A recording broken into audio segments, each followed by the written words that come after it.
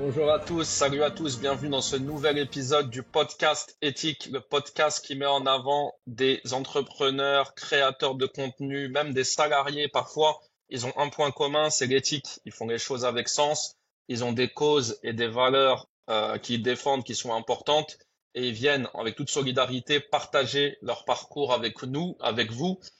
Aujourd'hui, j'ai un invité, un ami, un frère, Bayram Tayari, qui est, il faut bien le comprendre, un pionnier de LinkedIn. Il a commencé avant beaucoup de monde et aujourd'hui, c'est 100 000 abonnés, même s'il a ralenti la cadence, et ça, on va en parler. Bayram à Marseille actuellement, comment ça va, Bayram? Ça va, mon frérot. Merci pour cette invite. C'est un plaisir. Très belle initiative. Déjà, je dis bonjour à tout le monde. Ça fait un moment que j'ai pas fait ce genre d'exercice. C'est avec le cœur, on va parler avec le cœur, on va Le parler cœur, normal. le C'est comme cœur, si, ouais, comme le blaze de ton podcast, hein, éthique. On on va va rester parler éthique. dans Exactement. ces valeurs-là et on va essayer un petit échange constructif. On va essayer d'être constructif et apporter Exactement. de la joie et de la bonne humeur sur ce podcast. Voilà, on va parler comme si avec toi et moi, et je sais que si des gens nous écoutent et on va nous écouter, je sais que ça va les intéresser. On va avoir des discussions profondes, sérieuses. Je mets juste le contexte. Bayram, moi, une des premières figures que j'ai vues sur LinkedIn, inspirante, un frère qui défend des causes sociales. C'est surtout comme ça que je l'ai connu. Avec ses initiatives, il a aidé, et il aide encore. Il aidait énormément de monde sur LinkedIn. C'est comme ça que je l'ai vu. Moi, ça m'a inspiré tout de suite. Bayram, raconte-nous, avant d'aller dans ton parcours, tout ça. Donc, t'es Marseillais, ça, pour ceux qui ne le savent pas encore, à l'OM. Mais raconte-nous, moi, si j'ai envie de commencer. Comment t'as démarré sur LinkedIn et pourquoi? Alors, j'ai démarré sur LinkedIn sans te mentir. Tu sais comment on est entier. J'ai créé un business avec mon frère et mon meilleur ami. On a créé une appli. Je te cache pas, j'ai démarré en mode égoïste à 100%. Hein. C'était du business, du business, du business. Pendant les 4 5 mois, je faisais que des posts un peu rien à voir avec l'authenticité. Quoi, tu vois, c'est des Ouais, posts presque robots. Tu vois, fais des recherches sur Google pour être bien dans l'ancien LinkedIn, parce que moi j'ai commencé avec l'ancien LinkedIn, LinkedIn où cravate, costard, tu es obligé de bien parler, bien écrire, sans aucune faute d'orthographe. C'était vraiment l'ancien LinkedIn. Et j'avais cette pression de dire, voilà, le rebeu qui crée un business, et je dois pas être en dehors des codes. Donc j'ai tout fait pour rentrer dans les codes de LinkedIn. Et au bout de 5 6 mois, j'ai pas kiffé. J'aimais pas la création de contenu parce que il y avait beaucoup de travail de un, de deux, c'était pas moi, et de trois, je m'inventais une vie. Et c'est pas du tout moi. Et au bout d'un moment, je me suis dit, allez, on va aller direct au but, droit au but comme l'OM. Et j'ai créé un post dans lequel j'ai avoué mon mensonge de 6 mois, quoi. La personne que j'ai inventée pendant 6 mois, où j'ai dit, les gars, ça fait six ouais. mois que j'ai inventé une personne pour le business, etc., etc. Mais ce n'est pas du tout moi. À partir d'aujourd'hui, vous allez commencer à connaître le vrai Bayram. Et à partir de là, l'aventure, elle a vraiment commencé de là, quoi. En quelle année ça? Ah, je peux pas te dire l'année exacte. Allez, ça fait peut-être 6 7 ans que je suis sur LinkedIn. Ouais, donc au moins 2019-2020. Ouais, voilà, vers là, vers là. Et ouais, vraiment précurseur, parce qu'il y a eu la grosse vague, il y a eu des vagues, hein, mais il y a beaucoup qui se sont lancés en 2021. Et après, tu as eu des gens qui se sont lancés encore après. Mais c'est vrai qu'en 2019, comme tu as dit, c'est l'ancien LinkedIn. Il n'y a pas de création de contenu, des gens qui racontent leur vie. Ça reste très marginal. Je redonne le contexte. Un Bayram, aujourd'hui, là, c'est 100 000 abonnés. Comprenez de quoi on parle, de qui on parle. Et c'est un des premiers à avoir démarré. Donc là, l'aventure, elle démarre. Ça y est, tu décides de montrer le vrai Bayram. C'est ça. Et donc, je continue avec mon business. Franchement, au tout début, ça a bien marché. On commençait à avoir des utilisateurs sur l'appli et tout. On s'en fout de l'appli maintenant. On a arrêté. Ça s'appelle les idées. C'était un réseau social qui veut sortir les gens vers l'extérieur. Donc après, on s'est un peu éparpillé avec le frère et mon meilleur ami. C'est pour ça qu'on a décidé d'arrêter. Mais j'ai remarqué aussi sur LinkedIn, c'est pour ça que j'ai kiffé LinkedIn. D'où ma démarche de dire ça sert à rien de m'inventer une vie et je vais dire que je vais commencer à communiquer comme moi je veux. S'il y avait énormément d'entraide, même à l'époque, au tout début, parce que moi, je connaissais pas vraiment le business, je comprenais, je suis électricien de base. Donc, tout ce qui est digital, tout ce qui est réseaux sociaux, tout ce qui est le monde virtuel, c'était pas mon monde à moi, tu vois. Moi, je suis un gars de terrain. Jusqu'à aujourd'hui, hein, je suis un gars de terrain. Maintenant, je maîtrise, on va dire, LinkedIn parce que j'aime bien LinkedIn. Et j'ai remarqué, si j'avais des questions à poser pour mon appli ou pour mes projets ou comment communiquer, il y avait toujours des gens qui répondaient. Il y avait même des designers qui sont venus designer avec nous l'application gratuitement. Et c'est là où je me suis dit, c'est pas un réseau social comme les autres. Il y a vraiment une bienveillance, il y a vraiment de l'entraide. Donc je me suis senti, on va dire, dans mon milieu. Je continuais sur mon business et petit à petit, dès qu'on va dire, mon appli ne me donnait plus ce que moi je voulais, parce que c'était pas, moi je cherchais le côté humain dans mon appli, mais on l'a perdu avec le temps. Et je me suis dirigé vers ce que j'aime le plus, c'est-à-dire créer des mouvements solidaires. Et c'est à partir de là qu'on a commencé à créer beaucoup de mouvements solidaires et qui ont fait de moi entre guillemets, le Bayram de LinkedIn, quoi. C'était quoi le premier mouvement que tu as lancé? C'était quoi? Et après, c'était quel le mouvement qui t'a le plus, qui a le plus marché finalement? Alors, c'est le premier mouvement qui a le plus marché. C'est le premier mouvement qui a tout chamboulé, on va dire, hein, même qui a retourné LinkedIn, j'ai envie de dire. C'était quoi? Euh, Comment ça s'appelle? c'est le une semaine un CV. C'est le mouvement une semaine un CV. C'est bizarre ce que c'est fou parce qu'à la base LinkedIn c'était pour des CV, tu vois, c'est pour aider Bah les gens ouais. à trouver du travail. Mais j'ai remarqué il a perdu son sens réel. C'est devenu business. Moi j'ai fait, moi j'ai fait, moi j'ai fait, moi j'ai fait, et je suis venu contrebalancer tout ça avec retour aux sources, quoi, avec le côté entraide, le côté solidarité et surtout le côté partage de LinkedIn. Donc c'était un mouvement basique de base. C'était une personne, elle m'envoie son CV. J'avais un tout petit peu de visibilité par rapport à la personne en recherche d'entreprise, mais vraiment un tout petit peu, tu vois. Et je partageais son CV. Et en même temps, je demandais l'aide des personnes qui me suivent. Ils n'étaient pas beaucoup, mais ils étaient présents, tu vois. Et on va dire qu'ils ont kiffé le personnage que je suis parce que j'apportais quelque chose de différent des autres. J'étais le seul créateur de contenu qui parlait au mode street sur LinkedIn. Voilà. C'était vraiment on va dire ma patte à moi, mon style d'écriture. C'était vraiment en mode tout le monde, moi je travaille, moi je taffe, oseille. T'as compris le délire? C'est Je vrai, suis c'est vrai. parti street, urbain, moi le Marseillais qui a passé beaucoup de temps dans les rues. Et c'est comme ça que j'ai démocratisé un peu LinkedIn et c'est à Beaucoup. partir de là que ça a commencé. Ouais, et c'était qui justement? Je sais, j'ai deux, trois noms en tête. Parmi ceux qui sont toujours sur LinkedIn aujourd'hui, c'est qui ces gens qui t'ont soutenu dès le début? Je pense il y avait Christelle, non? De Foucault. Là, c'est ça qui est fou. J'étais un petit créateur de contenu avec, je crois, j'avais 7000 abonnés. La première qui m'a vraiment soutenu s'appelle Leila Hamdouni. C'était une infirmière. Elle était vraiment très, très puissante sur LinkedIn. C'était une top voice aussi.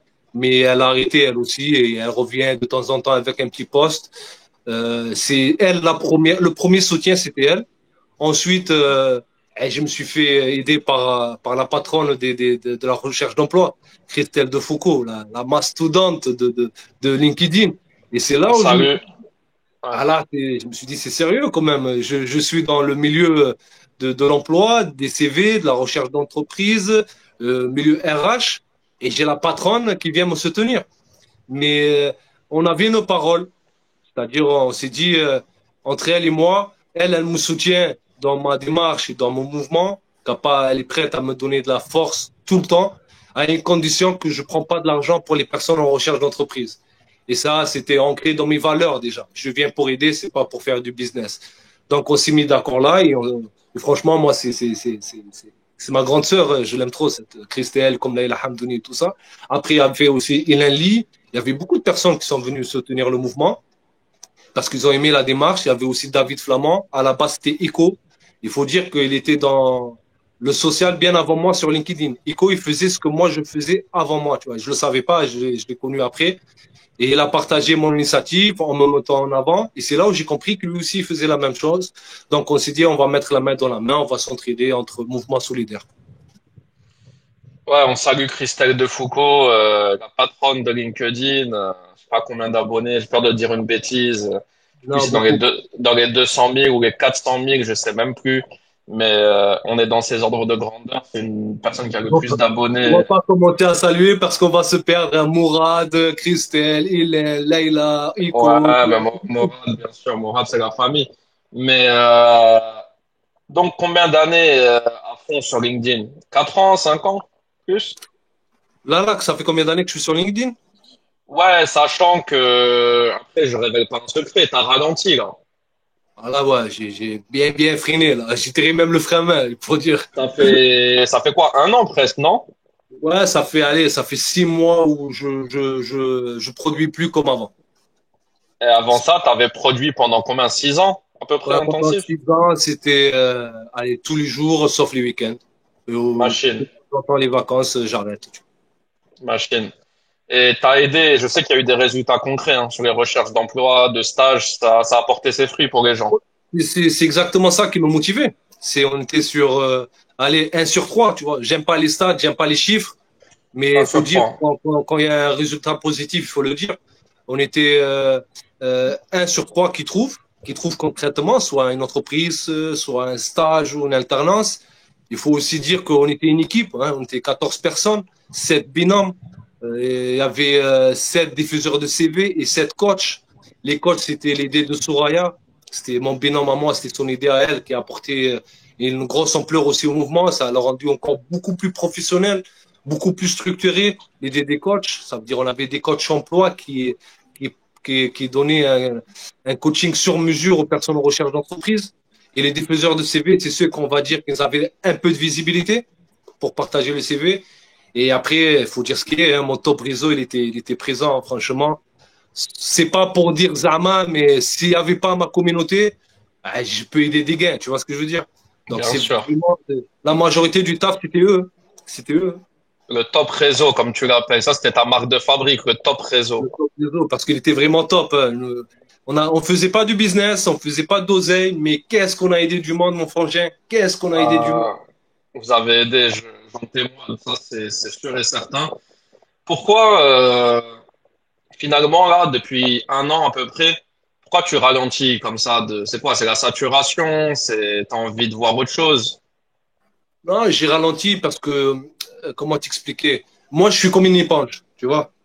Et j'avais plusieurs mouvements. J'avais une semaine un CV pour les personnes en recherche d'entreprise. On lâche rien pour les SDF. J'avais aussi, on donnait de la force aussi à d'autres associations, à d'autres initiatives, à d'autres mouvements dans lesquels j'étais le manager, comme Coiffeurs de Street et Coiffeurs de rue.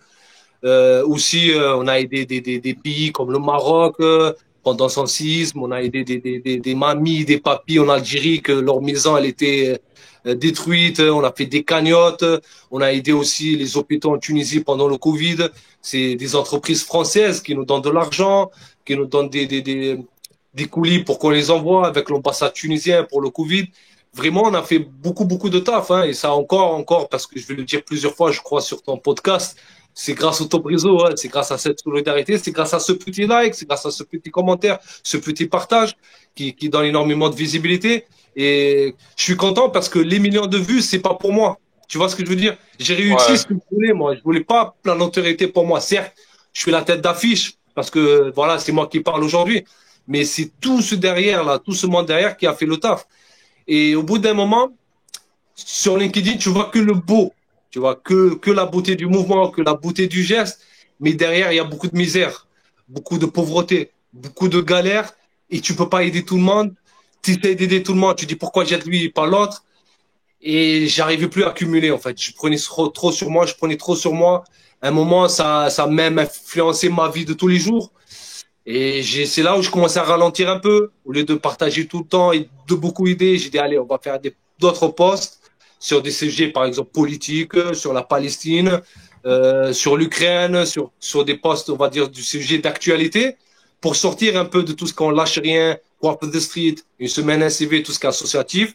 Et je dis, allez, une ou deux posts par semaine pour mes actions et tout le reste, c'était des posts, on va dire, d'alerte, entre guillemets, comme un pseudo-lanceur d'alerte. Et petit à petit, j'arrivais plus parce que je recevais énormément de messages, énormément de misère et j'arrivais pas à subvenir aux besoins de tout le monde. Et je suis pas une association, je suis un mouvement social. Et je voulais pas partir sur l'association pour garder l'exemplarité du mouvement. Ça veut dire n'importe quelle personne peut aider. T'es pas obligé d'être dans une structure pour faire. Tu peux faire parce que tu as envie de faire. Et au bout d'un moment, tu lâches, tu vois, tu es fatigué, tu dis allez, on va faire un petit stop, on va se ressourcer. Et quand on retrouve la force, on reviendra. C'est pour ça, Inch'Allah. j'ai jamais fait de pause pour dire j'arrête, j'arrête. Si j'arrête, tu me verras plus, quoi, tu vois. Tu verras pas On de fois que sait, c'est bien parce que de temps en temps, tu postes encore, tu fais des petites apparitions très classe. Euh, typique quelque part. voilà, c'est ça. On sait que tu es électricien dans la vie de profession, tu es père de famille, tu as des enfants, tu as donné beaucoup de ton temps sur LinkedIn, même pas pour le business en fait. Parce qu'il y en a, quand ils le font, c'est pour le business. Donc il y a de l'énergie qui est mise, mais il y a de l'argent qui rentre. C'est ça. Et ils se disent, ouais, je mets mon temps, mais j'encaisse de l'argent. Toi, tu l'as fait vraiment pour aider. Et moi, j'ai que 25 000. Toi, tu as 100 000 abonnés. Je sais pas si les gens imaginent la quantité de messages que l'on reçoit.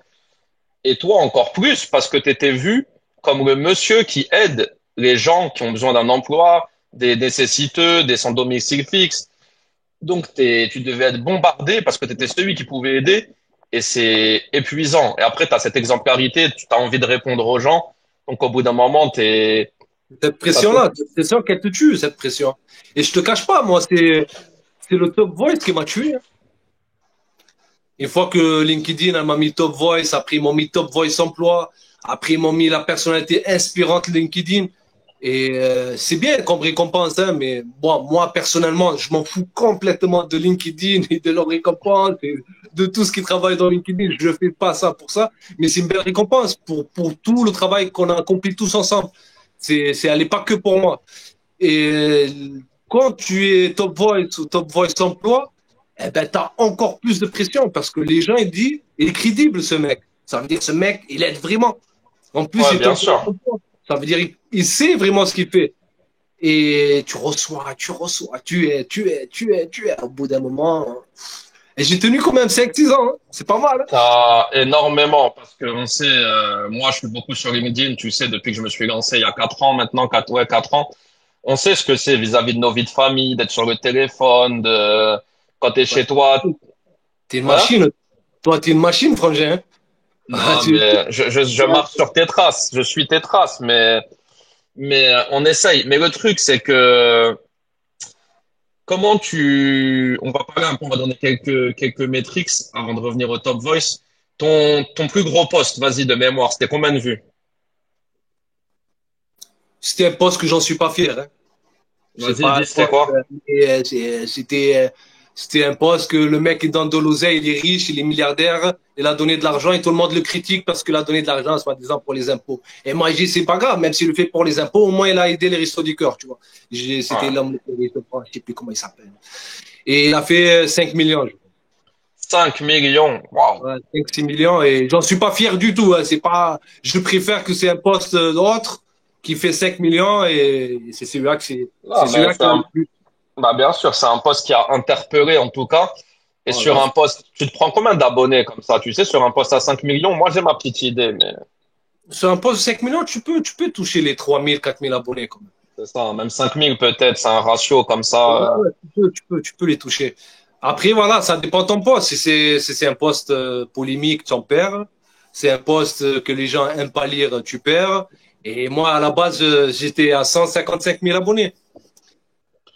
On a perdu Et 55 000 parce que là, t'es à 100 000 là. 55 000, ouais. C'est par rapport à la Palestine, par rapport à Gaza, par rapport à mes coups de gueule pour tout ce qui est médias français, mes coups de gueule contre le racisme, l'islamophobie. Eh ben, ça, c'est des posts qui font beaucoup de visibilité, mais tu en perds des abonnés.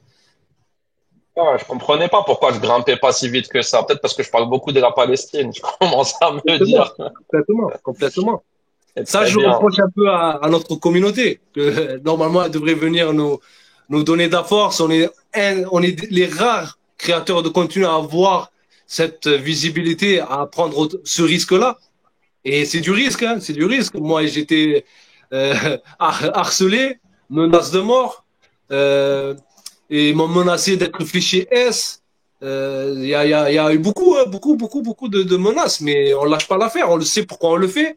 Et en plus, c'est pas le virtuel qui va nous mettre un coup de pression. On a vu que dehors, Non, donc on sait ce qui se passe. Hein. C'est pas le virtuel, on va avoir les coups de pression. Et on sait la cause et pourquoi on le fait. c'est Donc moi, important je de le prendre que. à notre communauté, c'est de ne pas être assez solidaire avec nous. Je dis pas de créer de contenu, je dis pas de parler, mais d'être là quand on parle de ce genre de sujet.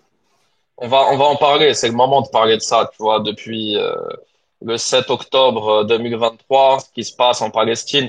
Déjà, moi, je tiens à dire que dans mes posts, je suis peut-être encore plus catégorique et brut et sec que Bayram. Bayram, moi, j'ai lu ses posts.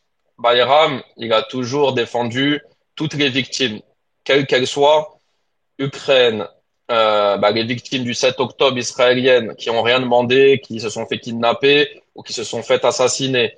Et évidemment, de la même manière, les victimes de Gaza. Aujourd'hui, une vie est une vie. On peut pas, je sais pas quel ratio, quel rapport on peut faire. Sauf qu'à Gaza, malheureusement, ça va faire 2 ans que ça dure. Et c'est pas, on parle pas de plus de 1000 ou 2000 vies, là. On parle de 100 000, 150 000, va savoir. Va savoir combien. Nous, en tant qu'humains, on a une visibilité. Moi, les gens, ils me l'ont dit, même de la communauté, hein. Ils m'ont dit, mais frère, pourquoi tu fais ça sur LinkedIn? Fais sur Facebook. Sauf qu'ils ont rien compris, en fait. C'est que moi, ma visibilité, je l'ai sur LinkedIn. Et je vais faire sur Facebook, à part mes cousins qui vont me lire, il y a personne qui va, le message, il va pas passer. Moi, avec la Palestine, et c'est le moment, j'en parle.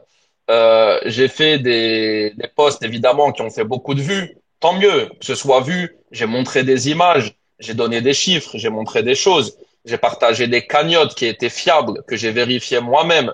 J'ai eu des merci derrière de gens qui meurent de faim, des mères de famille qui ont perdu des enfants et qui vous font toutes les louanges du ciel à moi, à ceux qui like, à ceux qui commentent, à ceux qui aident, parce qu'elles ont pu acheter un sac de farine. Parce qu'elles ont pu acheter un sac de farine, ben voilà, même si le petit poste de Djilali, il a pu ramener un sac de farine à quelqu'un qui peut-être demain ne sera plus là, parce qu'elle va se prendre une bombe ou parce que elle va mourir d'une maladie. Mais évidemment, on souhaite que ça se termine et que ça se termine avec bien pour les gens de Gaza qui puissent vivre, qui puissent rester sur leur terre. Voilà pourquoi on fait ça, parce qu'on est humain et l'humanité, pour nous, c'est quelque chose de fort, profondément ancré dans notre ADN. On est des révoltés quelque part. Nous, on peut pas laisser. On a une visibilité, on l'utilise. Et je le dis souvent, si les chaînes de télé en France faisaient leur travail, si elles montraient les choses de manière objective, si elles montraient, regardez à Gaza, machin, si on a pris un génocide, une bonne fois pour toutes, et qu'on arrête de prendre les gens pour des idiots, peut-être que nous, on n'aurait pas besoin de communiquer autant, tu vois, Bayram. Mais complètement. C'est exactement ça. J'ai pris la décision de vraiment, parce qu'avant, je communiquais sur tout ce qui est Ukraine, même avant le 7 octobre, j'ai communiqué sur Gaza, mais je fais un post tous les 2, 3 mois, tu vois, sur des sujets comme ça. Et quand il y a eu le 7 octobre et ce qui s'est passé derrière, le massacre, quoi, le génocide, c'est là où je faisais que ça. Tu vois, je faisais que Gaza, Gaza, Gaza, Gaza, tout simplement parce que il y avait le deux poids deux mesures au niveau des médias.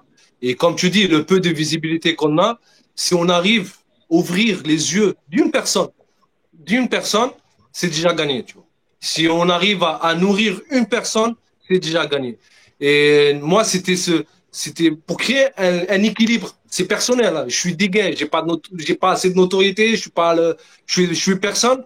Mais pour mon équilibre personnel, j'avais besoin d'équilibrer avec les médias français.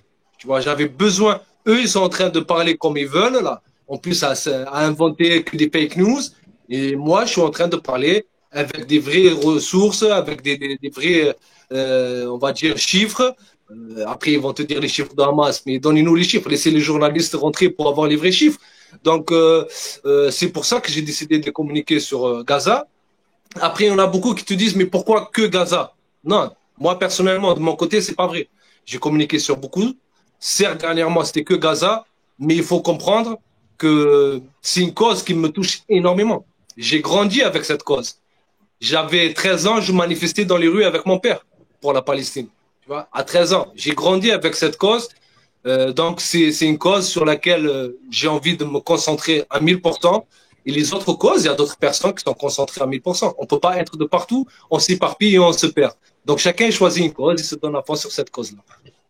Exactement. Et puis, elle a une symbolique. Je pense, historique. C'est depuis après la Seconde Guerre mondiale, tout ce qui a démarré, 1946, tout ça. Ça reste quelque chose de spécial. Jérusalem, la Palestine, Israël, ça reste quelque chose de très spécial. Les Israéliens le savent. Sinon, ils ne se battraient pas de cette manière pour prendre ces terres-là, ce territoire-là. Ça, c'est au cœur du monde, un petit peu de l'ancien monde, tu vois. Ouais, mais C'est, même au-delà de ça, moi personnellement, sur ce sujet-là, je rentre pas dans le côté religieux.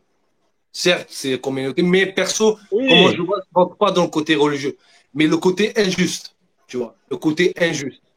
Comment bien tu vas sûr. prendre les terres des autres? Comment tu sais, c'est vraiment très, très injuste. Non, mais Et ce que je veux te tu dire, mettre c'est, de tout, tu vois.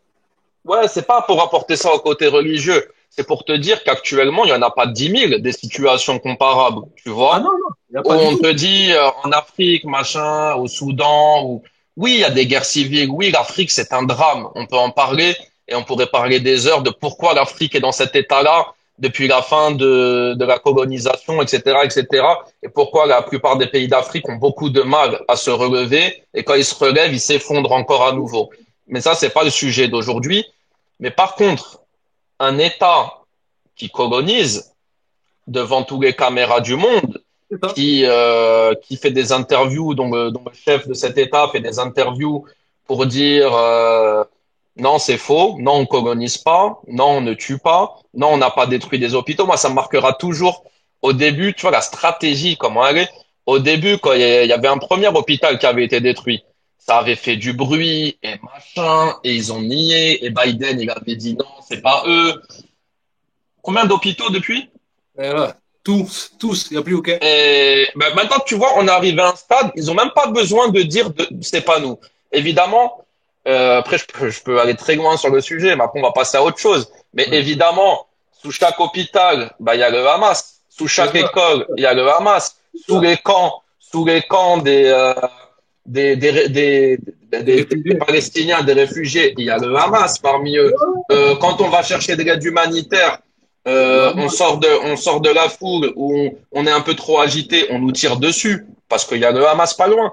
Et on est arrivé, il y a même j'ai vu il y a un soldat israélien qui a déserté ou je sais pas, qui a témoigné pour dire que c'était n'importe quoi en fait. Il disait on a hâte de tirer. Il y a quelqu'un qui sort de la file d'attente de l'aide humanitaire, on tire. On tire pas en l'air, on tire. on tire. À un moment donné, vas-y ouais.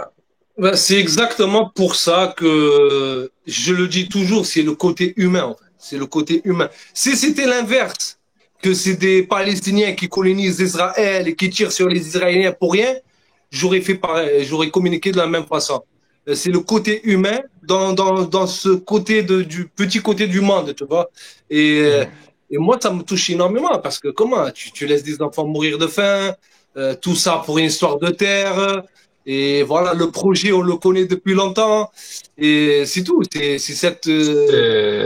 Et c'est ça. Et le truc, ce c'est qu'encore manque une fois, d'honnêteté, c'est ce manque d'honnêteté de nos médias, de nos politiques, qui m'a poussé à prendre la décision de communiquer sur LinkedIn et de montrer l'autre côté des choses. Tu vois, pour moi, le vrai. Après, chacun a sa réalité, mais pour moi, c'est le vrai. Tu vois. exactement. Donc voilà, on rapporte pas ça aux religieux, on rapporte ça au fait qu'il n'y a pas 10 000 situations similaires en ce moment dans le monde. Ça fait 2 ans que ça dure, c'est beaucoup trop. Et on est à l'ère d'Internet, on voit tout. On On voit voit tout ce qui se passe. J'ai des gens sur place, moi, qui m'envoient des vidéos, des trucs. Ils les mettent même sur LinkedIn. T'as même pas besoin de les avoir en contact ou quoi. Donc, on peut pas nier les choses quand elles sont face à nos yeux et ça fait mal. Et c'est pour ça qu'on parle. Ça, c'était pour parler effectivement des messages qu'on passe par rapport à la Palestine. Et, euh, et c'est ça qui est grave, tu vois. Après, l'être humain, c'est comme ça. On se dit, finalement, l'être humain changera jamais. On se disait, allez, 1939, c'est fini. Aujourd'hui, il y a des choses encore de la même gravité. Il y a et le pire, c'est que nous, on se dit, on a du bon sens, tu vois. On veut juste, c'est la vie.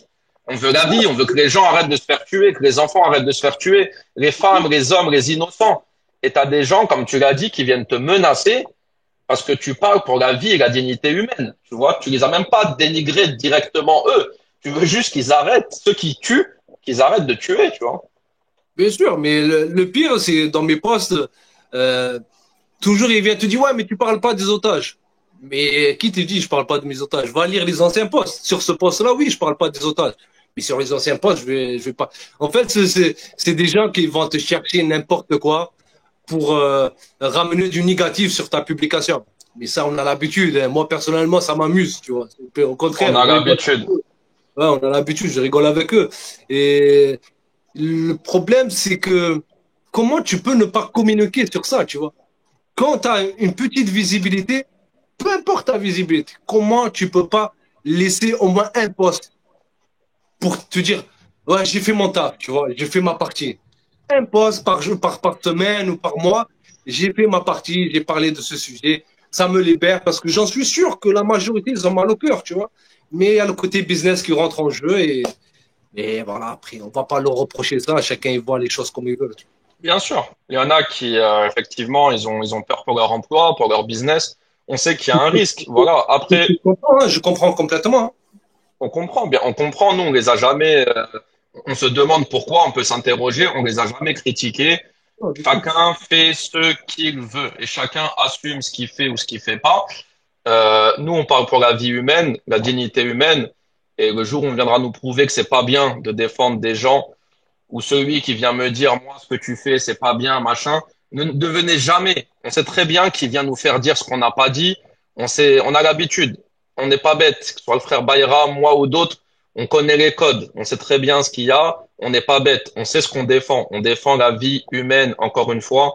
Là, c'est en Palestine, c'est dramatique. On parle et on la défend comme on pourrait la défendre ailleurs à l'avenir ou même par le passé. On a parlé pour d'autres aussi. Aller éplucher les anciens postes.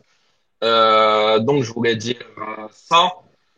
Euh, Toi, Bayram, maintenant, c'est quoi t'as des projets à venir ou c'est juste profiter un peu, se détendre un peu plus? Pour l'instant, on va rester un peu tranquille. De temps en temps, on va venir faire un petit post. Mais on a une petite idée qui gerbe dans la. C'est ça mon problème. Mon cerveau, il s'arrête jamais. Une petite idée qui gerbe pour un autre mouvement collectif avec la force des autres créateurs de contenu. T'inquiète, tu seras dedans, hein. De toute façon, t'as Avec pas le choix. plaisir, T'as pas le choix. T'as pas le choix. avec plaisir. Et voilà, voilà, non, non, on réfléchit sur un truc humain, comme d'hab, social, solidaire, et peut-être aussi revenir avec et ramener une partie financière dans LinkedIn aussi pour moi, tu vois. Je Bien sûr. réfléchis à aller chercher un peu de côté financier pour moi à côté de C'est mes actes. légitime. C'est légitime. Sur la partie, t'es plus que légitime pour monétiser des choses ou vendre des services ou je sais pas ce que tu as en tête. Mais LinkedIn, tu connais très très bien, t'as fait des choses géniales, toujours bénévolement. À un moment donné, pourquoi pas vendre quelque chose, c'est tout à fait Bien ton droit, tu vois. évidemment, on va pas aller chercher l'argent dans la poche des gens qui sont dans le besoin, hein, ça, c'est hors de Bah question. oui, bah oui. Les personnes en recherche d'entreprise, ça, on touchera pas. Mais on va faire quelque chose pour peut-être, hein, je suis pas sûr, je réfléchis, mais pour monétiser un peu ma visibilité sur LinkedIn. On va suivre ça de près. J'espère que ça va aboutir. Là, t'as parlé collectif, ça m'a fait penser à la marque collectif qu'a lancé Morad Atik. T'as vu, je pense. On salue, on salue Morad, notre frère.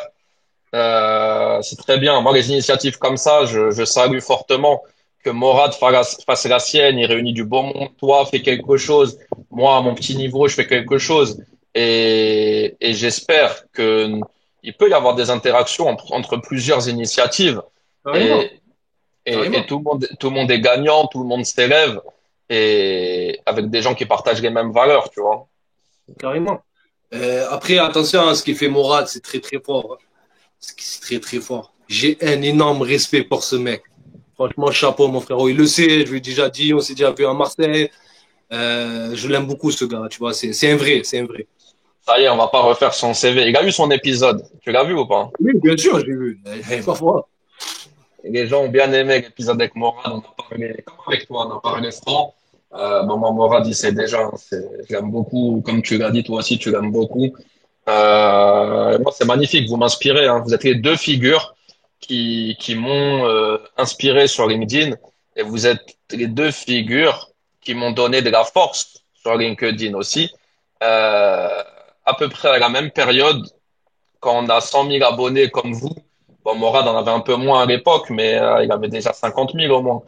Et toujours le petit like, le petit commentaire, et on sait que c'est précieux quand on veut se faire découvrir sur le réseau, et vous m'avez donné. C'est pas le cas de tout le monde. Après, voilà, chacun son truc, chacun. T'as toujours ceux qui ont pas le temps, tu sais, à croire que Bayram, il a le temps. Qu'est-ce que t'en penses de ça?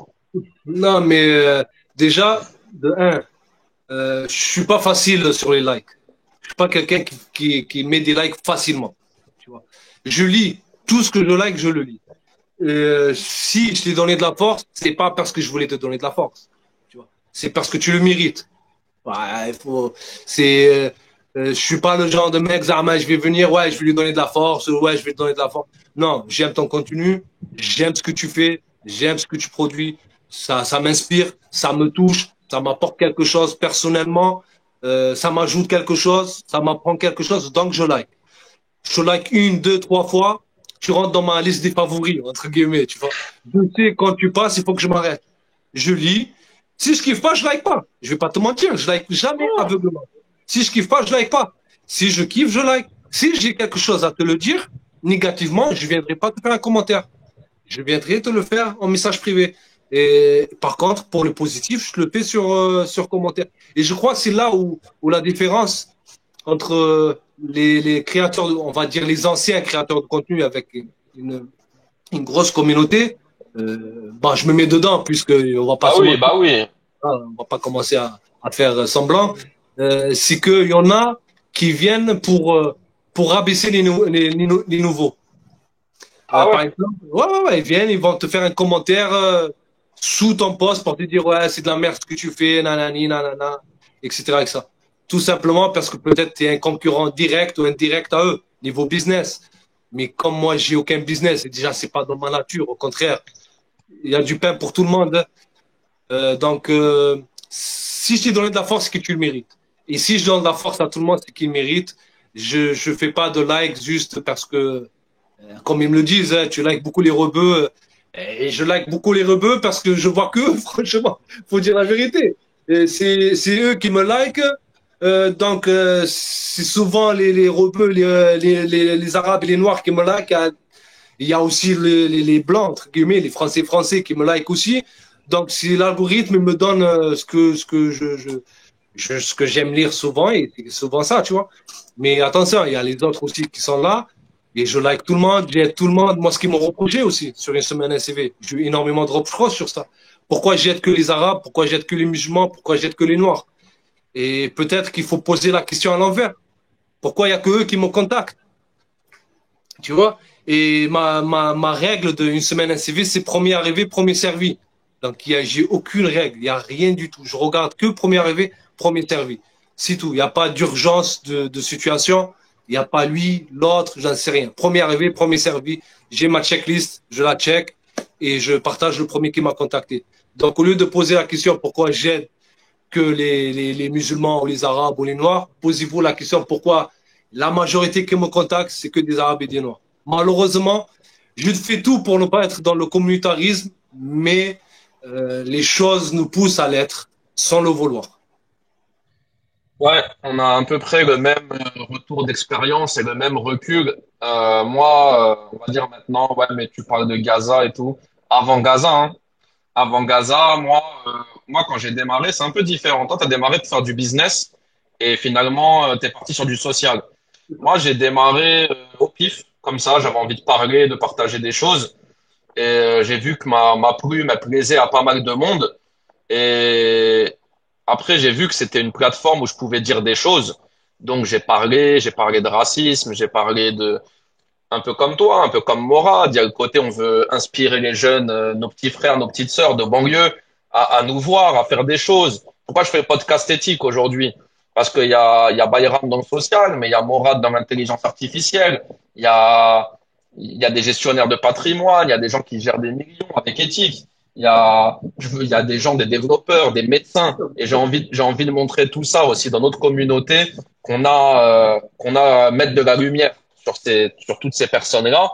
Et je fais un peu le même constat que toi, c'est-à-dire on parlait déjà des gens de notre communauté, est-ce qu'ils rentrent de la force ou pas? Et c'est pas le cas de tout le monde, mais malheureusement, j'ai essayé de m'adosser moi au début à des créateurs, on va dire, je sais pas, faut faire attention à tous les mots qu'on utilise, français, blanc, on les appelle comment? C'est quoi le bon terme? Des Français, Français français. de des Français de souche, voilà. Français, A- français. Apparentés, Français de souche blanc. Et à part des exceptions, comme Christelle, encore une fois, on lui fait la bise, on la salue, qui est totalement socialement, esthétiquement, physiquement différente de nous. Ben moi, Christelle, et pour le peu que j'allais lui donner des commentaires, elle venait me commenter aussi. Après, elle est débordée, elle a 400 000 ou je sais pas combien d'abonnés. Mais t'imagines, le fait qu'elle vienne, moi, me commenter un post, je trouve ça génial. Mais il y en a d'autres où avec des tailles beaucoup plus réduites, où j'ai vraiment essayé de leur montrer que j'étais là, tu vois. Mais ils le rendaient pas. Ils le rendaient pas. Après, j'ai fait mes coachings. Bah, pareil. Les 10 premiers, c'est Mamadou, Moussa, Samira. Oui, oui, Et oui. ça continue. Pourtant, moi, je suis même pas dans le social. Je suis vraiment dans du business, devenir freelance. Et j'ai l'expertise. Ça veut dire, mon expertise, aujourd'hui, j'ai 120 avis Google, 5 étoiles. J'ai eu un petit peu des Français, des Espagnols, Bien sûr. mais franchement, 10%, même pas. Même pas. Alors que j'ai coaché 130, 140 personnes, bah 90%, moi, j'ai rien demandé à la base. C'est-à-dire, on oublie le côté origine, machin. J'ai une expertise. Je vais te la donner. Tu veux devenir freelance? Je suis un des mieux placés pour t'amener à le devenir, tu vois. Pas de fausses promesses. Mais malgré tout, ben, François préfère aller voir Stéphane, Stéphanie, elle préfère aller voir Cindy, j'en sais rien. Et ils se donnent beaucoup de ce fort entre eux. Et c'est pour ça que moi, aujourd'hui, je dis aussi, donnons-nous de la force. On n'est pas fermé. On n'est pas fermé à personne. On n'est pas fermé aux autres. Avec plaisir. Et il y en a. Et je vais donner des prénoms. C'est pas anodin. Kevin, par exemple, il se reconnaîtra. Et je sais de quel Kevin je parle. Je commente ses posts. Il commente mes posts. Et c'est magnifique. Et c'est magnifique. Et moi, je veux ça, tu vois. On s'en fout. Tu fais ton business. Vas-y, j'aime bien ce que tu fais. T'aimes bien ce que je fais. On se commente. On se donne de la force. Ça reste des cas à la marge. Donc aujourd'hui, j'ai envie de dire, Moussa, machin, tu peux aller gratter de la force. Mais moi, je l'ai fait. J'ai pas eu beaucoup de retours. Bien Donc, sûr. Non. tu vois? Le problème, c'est LinkedIn, en fait, c'est une machine. Hein, on le sait, c'est une mine d'or de un. Si tu veux faire de l'oseille, tu peux de l'oseille. Si tu veux aider des gens, tu aides des gens. Franchement, c'est pour moi, personnellement, c'est l'un des réseaux sociaux qui fait le plus du bien et qui t'apporte quelque chose réellement, tu vois, par rapport aux autres réseaux. LinkedIn, il t'apportera toujours quelque chose. Euh, le problème, c'est que comme moi, regarde, par exemple, sur une semaine, un CV. Dis-toi, tous les semaines, je partage le CV d'une personne pendant 6 ans. Je fais ça toutes les semaines. Donc, le nombre, dis-toi, je ne sais pas combien, tu vois, le chiffre de personnes qu'on a aidées sur qu'une semaine, un CV. Et je leur demande rien du tout, aucun retour, juste un retour d'expérience sur le mouvement pour pouvoir communiquer derrière, pour apporter plus de force au mouvement. Et si tu as trouvé ou non. Ou en quoi on peut continuer à t'aider. C'est allez, 5% qui font un retour sur toutes les personnes. Et derrière, je leur dis juste un seul truc, ni recommandation, ni aller me faire +1 pour atteindre les 99, je m'en fous. Même pas besoin de t'abonner si t'es pas abonné, même pas besoin de me suivre, même pas besoin de me liker à moi. Mais par contre, sur les posts une semaine un CV, viens aider tes potes dans la galère, tu vois. Les mêmes gens que toi. Même si tu trouves, viens les aider. Et malheureusement, eh ben, ça vient pas. Et ça, c'est un truc c'est pas qui m'énerve, mais je suis déçu. Parce qu'à la base, c'est une chaîne solidaire. Je voulais créer une chaîne solidaire. Et la chaîne solidaire, elle existe toujours parce que ça, c'est magnifique. Par contre, quand tu demandes de l'aide pour aider une personne, là, tu vois toute la France présente. Toutes les couleurs, elles sont là. Toute la France présente pour aider les gens. Et ça, c'est magnifique. SDF ou personnes en recherche d'entreprise. Ça, c'est énorme. Ils ne regardent pas les couleurs, ils ne regardent pas les origines, ils ne regardent pas les religions. Et c'est pour ça que je kiffe mon top réseau. Mais, comme on t'a aidé à toi, viens aider les autres. Aujourd'hui, normalement, si les choses fonctionnent humainement, si je partage un post une semaine un CV avec le CV d'une personne, je dois avoir toutes les personnes que j'ai aidées qui likent directement mon post. Minimum 600. À la première heure, minimum 600. Minimum, c'est un buzz total, le post, tu vois. Mais regarde, des fois, je te fais une semaine un CV, c'est toujours les premiers qui ont commencé à suivre le mouvement qui sont toujours là. C'est beau pour eux, les anciens du mouvement. Mais les gars, si vous voulez qu'on s'entraide et qu'on s'aide, comme je t'ai donné de la force pour ton CV, viens donner de la force aux autres. Moi, je n'ai pas besoin de ta force. Mais viens sur les CV des autres. Et ça, tu le perds. Ça, on l'a dit, on l'a répété, ces messages, on les passe, on les repasse. Moi aussi, j'ai mes petites initiatives et j'ai créé un petit groupe aussi de créateurs de contenu LinkedIn. Il y a rien de payant, c'est gratuit et on aide des gens de bonne volonté qui démarrent sur LinkedIn. On se donne de la force, des conseils, on se corrige les posts, on fait des trucs comme ça. Par contre, celui que j'intègre dans ma communauté et qui n'est pas solidaire, c'est-à-dire, moi, je viens me servir, moi, je vais bénéficier du groupe, mais je vais pas donner, je vais pas commenter. Tu sors, tu sors. On n'a plus le temps pour les. Toi, dans ton cas, c'était plus difficile à gérer. Mais moi, c'est vraiment un groupe sur lequel j'ai la main sur WhatsApp. Tu rentres, tu joues pas le jeu, tu sors. Je veux pas d'opportunistes. Même si souvent, c'est pas de la méchanceté ou quoi. C'est, ouais, mais t'as vu, j'ai pas eu le temps, mais tous. T'as un vrai truc, t'as un problème, un événement grave. Tu le dis, on est compréhensif. Mais le truc de, ouais, j'ai des enfants, on a tous des enfants. On a tous des femmes et des maris. On a tous du travail à côté.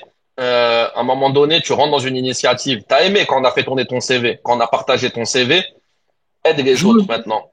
Joue le jeu, c'est tout. Et quand les gens vont comprendre ça, on sera beaucoup mieux, on sera beaucoup plus fort et on va tous arriver plus vite à l'emploi, tous mieux réussir dans nos business. Voilà, faut que les gens. Mais on y arrivera parce que à force de répéter les messages, j'espère. On va y arriver, c'est sûr et certain. Ça prend du temps, énormément du temps. Mais ce que je me dis, au moins l'effort qu'on fait aujourd'hui, ça va servir à la génération d'après. Comme ils ont fait nos parents, ils nous ont mâché le travail, maintenant nous on mâche le travail aux autres. Et j'espère vraiment que l'humanité ira mieux dans l'avenir, dans le futur, malgré que j'ai un petit doute, mais bon, on lâche pas l'affaire, on lâche pas l'affaire, on est toujours là. Non, ça va dans le bon sens. On arrive à la fin de l'épisode. Bayram, tu veux dire quoi pour les gens qui vont nous écouter? C'est des gens qui sont beaucoup sur LinkedIn aussi. Je te laisse le mot de la fin.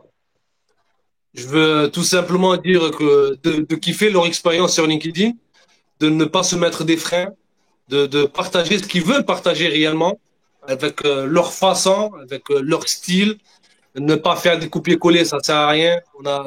C'est bon, les clans, on n'en veut pas. Euh, D'être vraiment authentique et de suivre et de laisser les gens venir vers eux au lieu d'aller au lieu d'aller provoquer, on va dire, le destin LinkedIn, entre guillemets. Voilà. C'est une belle conclusion. Frérot, merci beaucoup d'avoir été mon invité aujourd'hui dans ce podcast. Je descends bientôt sur Marseille. On va se voir. Tu le sais, hein. Je le sais, on va aller se faire un petit resto en famille. Mon frangin. Merci beaucoup à toi. Merci à tous de nous avoir écoutés. Puis je vous dis bonne journée. Ciao. Merci tout le monde. Ciao.